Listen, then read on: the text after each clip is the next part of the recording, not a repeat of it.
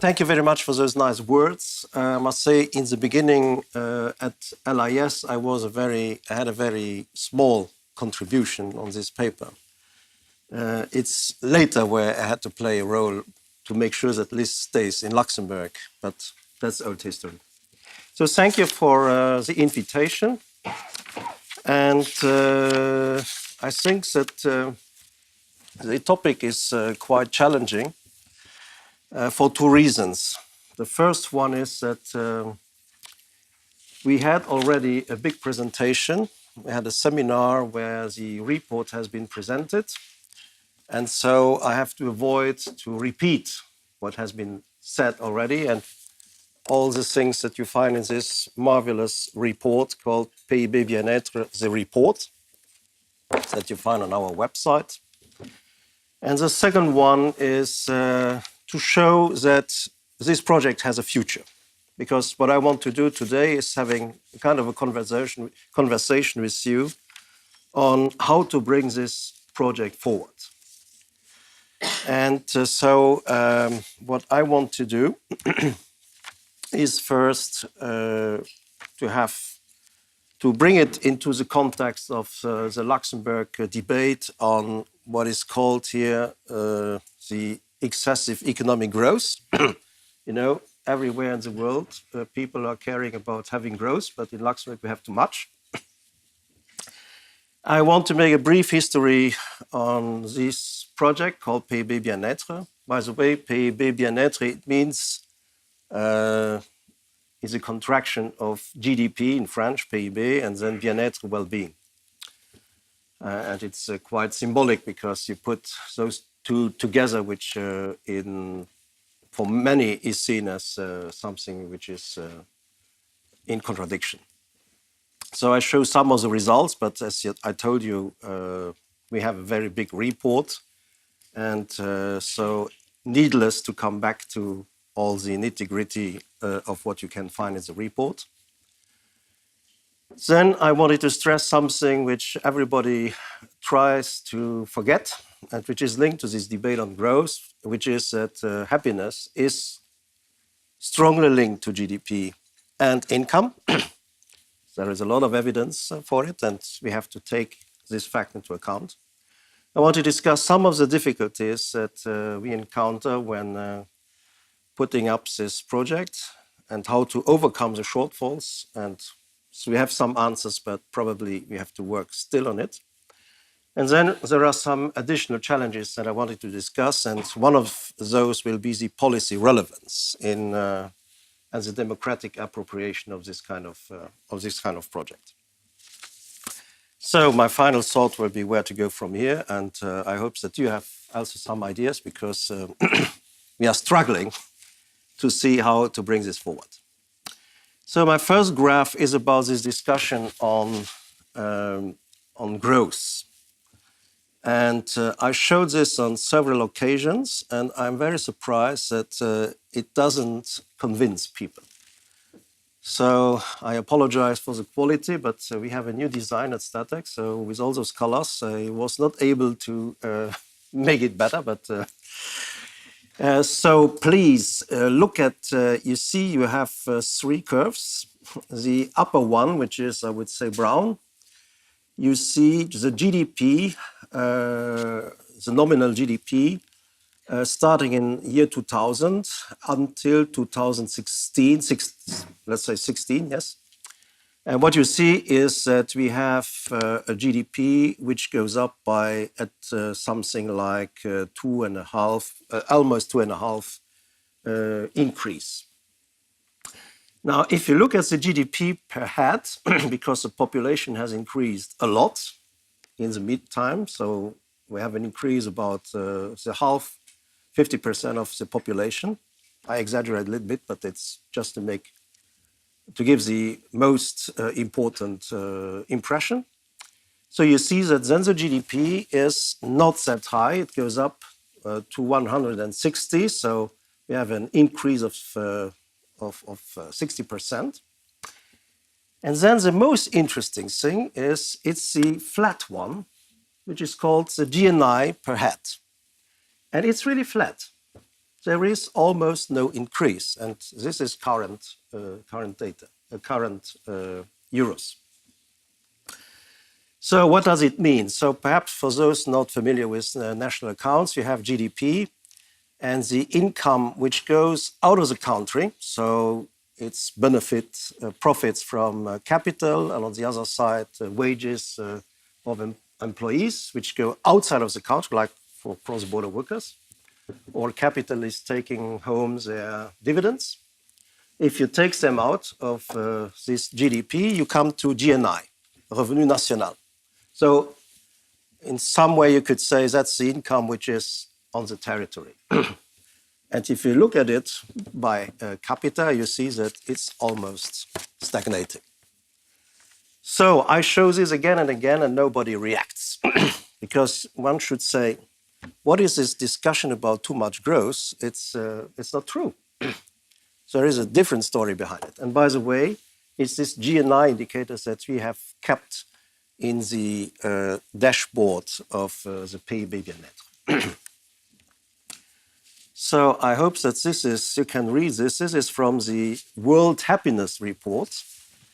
And the interesting thing to say on this, first because it looks at hundreds of countries, but the interesting thing is that Luxembourg is not the happiest country. So we are on ranking 17, and if you look at other surveys, we are not the happiest in the world. So you have the usual suspects, the Scandinavians, and then you have some countries where I always ask myself why they are so happy, like Israel or Costa Rica. But that comes out of this kind of surveys. And then there is a second interesting thing which they did, is they tried to understand, to look at the explanatory factors of well-being. And they took, for example, GDP per capita, but they took also variables, indicators linked to what they call social support. So it's linked to this idea of social capital. So if you can rely on other people. Of course, health. And then they tried to construct an indicator called generosity. And the interesting thing, I think, if you look at this kind of analysis, I took this as an example, but there are many other studies of this kind. If you look at it, you see that, for example, the GDP per head comes out as one explanatory fact. So happiness is linked to GDP per head. So that's something we should acknowledge and we should take as an evidence. Of course, there are other factors, and this is shown, I think, quite nicely on this on this graph. So, first message is, of course, that all those indicators are important, starting with GDP and income. Here you have the result of the regression. So for those who don't believe what I say, but you can Google it and you can find the report of the World Happiness Report, and you see, if you look at the results of those regressions, you see the log of GDP per capita is quite a significant explanatory. Not the only one, there are others like health, I told it, freedom, generosity, perception of corruption, etc. There are a lot of other research, very interesting, where, and I wanted to stress this one, it comes from research made by colleagues. Professor Bartolini, he's not here now, but he made a talk with Francesco Saracino. I saw him somewhere in the room. Yes, very interesting research papers where they tried on data which come from the World Value Survey and the European Value Survey between 1981 and 2009. They tried to see links between growth on the one side, social capital, and inequality. And again, of course, growth seems to erode social capital, but I quote here one of the conclusions: promoting economic growth and social capital. So social capital being this confidence in institutions and in fellow citizens while containing income inequality, so inequality plays an important role, can be the way towards happier and perhaps more sustainable societies. So it's conclusions from a very interesting report analysis, which is published on our website, and which shows this interrelation between social capital, growth, and inequality. So it's about managing a dilemma. So this shows that this kind of research, this kind of project is quite important. It's, I think, based on very important evidence. There are a lot of very interesting studies. And I think it is very much justified to use this kind of indicator, set of indicators of, I call it a dashboard, or this PIBien-être, to measure the progress of societies and use it as a benchmark or to use it as an instrument to see how societies advance. So in our case, the project took quite a long time before we were able to realize it.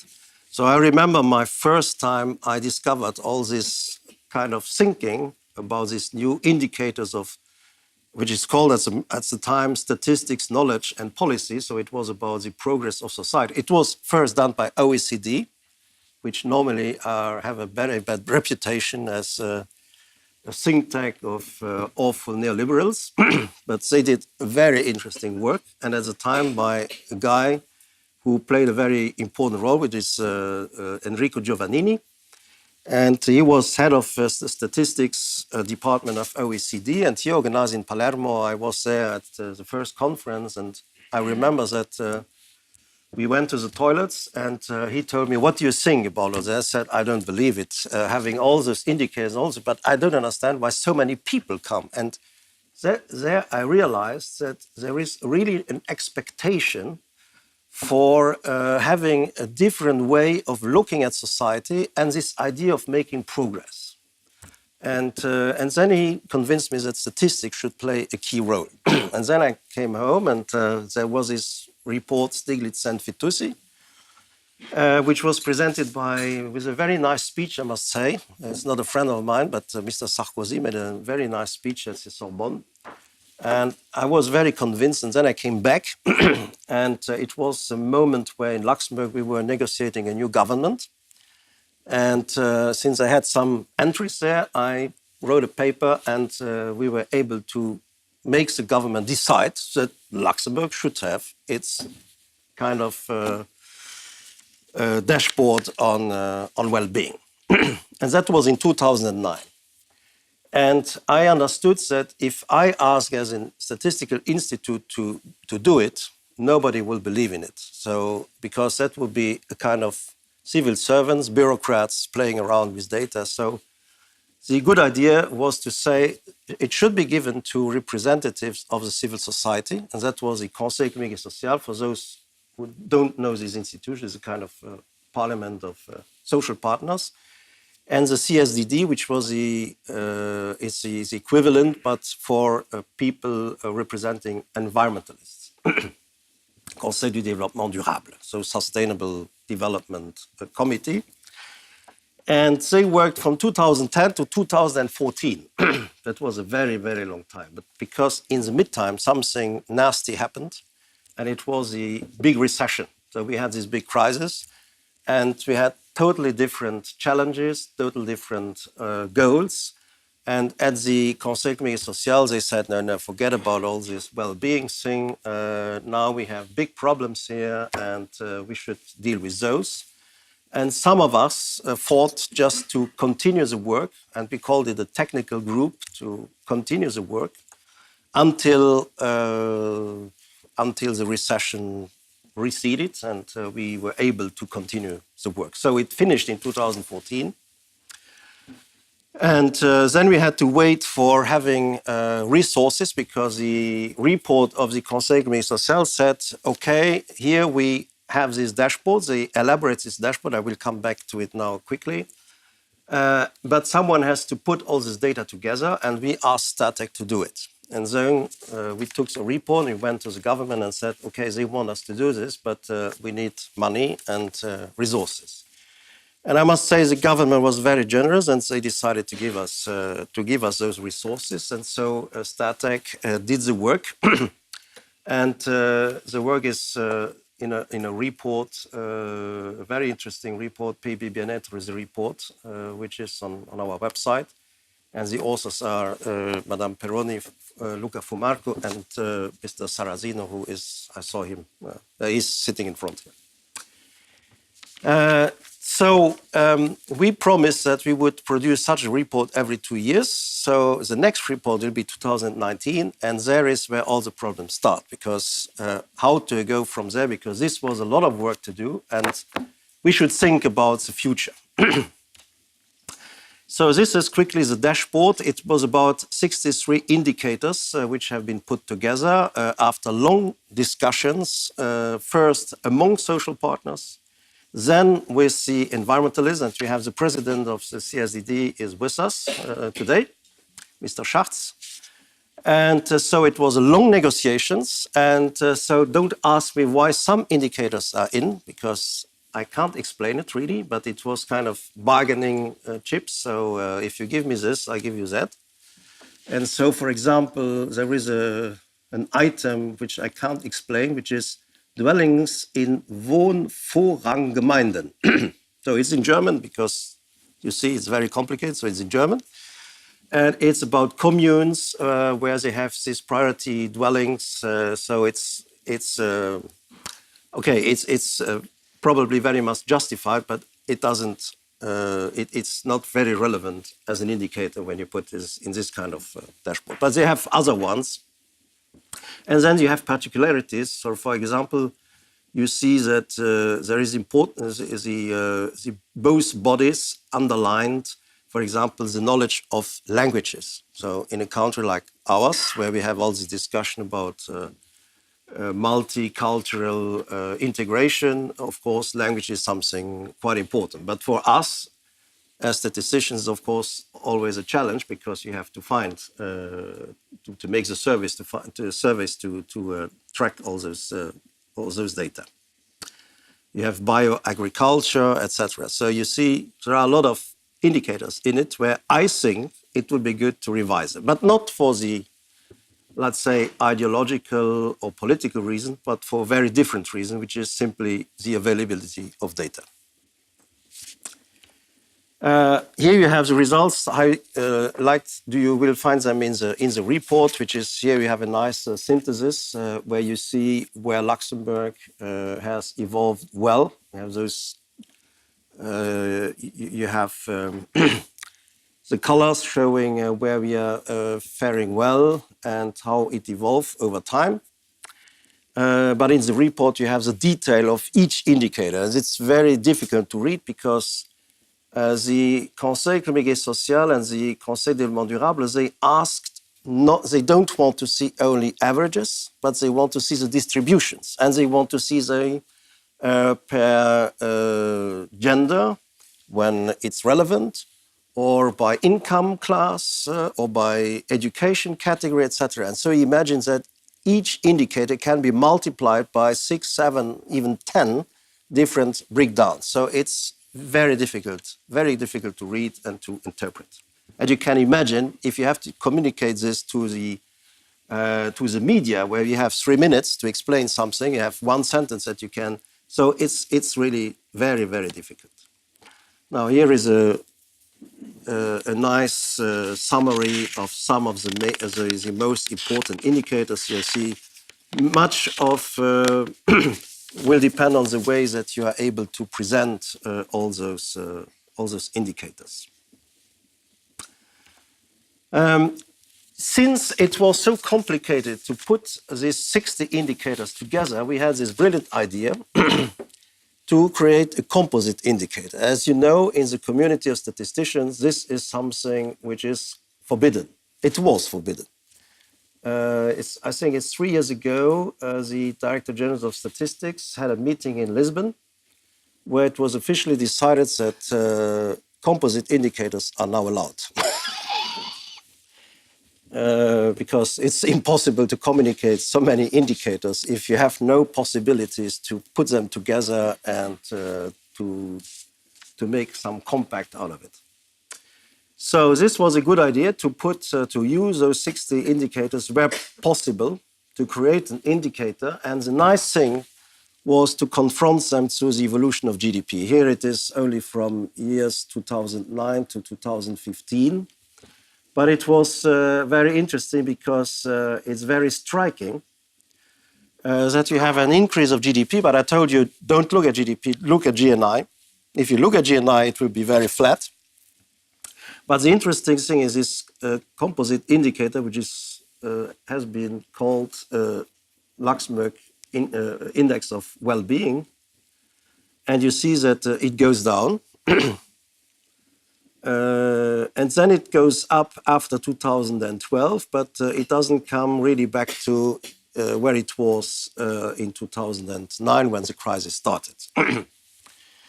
Now, in the press conference, the interpretation was a little bit different. So everything is back on track. But if you look precisely at it, it's not really that. And but it's really interesting because now you can confront those two approaches with the traditional indicators which you find in the media, which is GDP. And I think that we have to come out with a kind of indicator which is available quickly, which is relevant, which probably is not based on 63 indicators, perhaps a subset of good quality. And I think this will really be the challenge. So the challenge is, are 63 indicators too much? My response is yes. But I imagine if you go back to the process and discuss this with social partners and with environmentalists, it will be a mess because everybody will ask to have his favorite indicator in it, even if you don't understand it, even if you don't find data for it. But it's a matter of faith that you want to have this indicator in just to show that it has some green or red or yellow or whatever, blue shadow on it. But I think 63 indicators are probably too much. Then we should have, when you put up such a dashboard, statisticians, we were driven by the idea, what do we have really? So we push them in this direction because there we have light, they have indicators. But probably there are other things which are perhaps more important or more relevant, but we don't know if we have data for it. So I think that we have to think about, once again, about this framework and perhaps going even deeper, and I call it the philosophical anchor, because there is this discussion between hedonism and eudaimonia. Eudaimonia that's the simple definition is when you are in your bed and before dying you are thinking if you have done everything well in your life and if you can be satisfied about your life. And hedonism is pleasure that you enjoy every minute or every hour. So it's a simplification of some philosophical discussions. But the important thing is that's probably what we call happiness here. It's not perhaps happiness. It's something in between. And there should be, I think, a discussion on what we are really measuring. Then I think we have a bias because most of the colleagues, even those who have worked on the report, etc., we are all economists. Okay, we know that economists know everything, but we should check. We should check with sociologists, psychologists, and all those calling neuroscientists, happiness study, etc., just to check that we are not missing a lot of things. I don't know if you have read the book by Steven Pinker about enlightenment, that's his last book, where he's a psychologist from Harvard, and if you read this book, you say, okay, I probably we are missing a lot of things that we are not were not even aware of it. So perhaps we should have some interdisciplinary cooperation with sociologists, psychologists, and other neuroscientists. Then we noticed, because when we published the report, there was some criticism coming from colleagues of the health ministry, because they said you are probably your psychotropes, etc. It's not really. You have to think what it means. It could be either positive or negative, but and then we discovered, discussing with them, that okay, you need some expertise in health, probably pharmaceuticals, etc., to have there to pick the good indicators. And I think that we have some weaknesses there. Then, of course, you have the usual constraints. It's nice to have a good dashboard about your country, but you want to compare. And there is very good work by OECD. There is this World Happiness report. There are a lot of initiatives, and probably we want to compare ourselves. So this must be a constraint, and we are, I think, obliged to have lots of indicators which are comparable, and perhaps partitioning, having those which are very only national or local, and on the other side, some which could be comparable. And we, of course, notice that we have some data shortage, and the most important problem is the availability, because some indicators, you have them only every 3 or 4 years, some you have every 2 years, some you have with delays of 1 year. So this is a real challenge, because in the report we address this problem and ask colleagues to work on predicting some of the most important, for example, predicting happiness. And there are, in the reports, there is a chapter trying to address this problem. But I think here we have to make the decision to pick indicators which are available quite quickly. If you want to compare to GDP, and you know the GDP is quarterly, and even Eurostat is pushing to have it earlier than a quarter, you see that you are challenged by the availability of these traditional data. And if you want to challenge those, to bring new dimensions in, you have to make sure that you work with data which are quickly available. Okay, that I think are the main challenges. We have addressed them in some way, because I anticipated them, and I'm very happy that my colleagues were able to bring some answers to it. But the work is not finished. I think it's a real challenge, and probably the most important challenge I will face, and my colleagues will face with me, is that you need some legitimacy for it, because the danger is that we could say, okay, we went through this bunch of indicators, 2/3 are useless or nonsensical or not available. We create our own, which will be nice, which will work nice, but then it will be ours. And where is legitimacy then? So I think, then my last slide on policy making. So the problem will be, to what extent will the government use it? So they were very happy now to have the press conference, and they did. This project was now finished, but I think that it should be something which should help us to see whether the society is progressing along the, let's say, humanistic dimensions that we can be sure that we all share those approach or those values. And if you want to make it an instrument which is usable for policy making, then we have to rethink first all those indicators.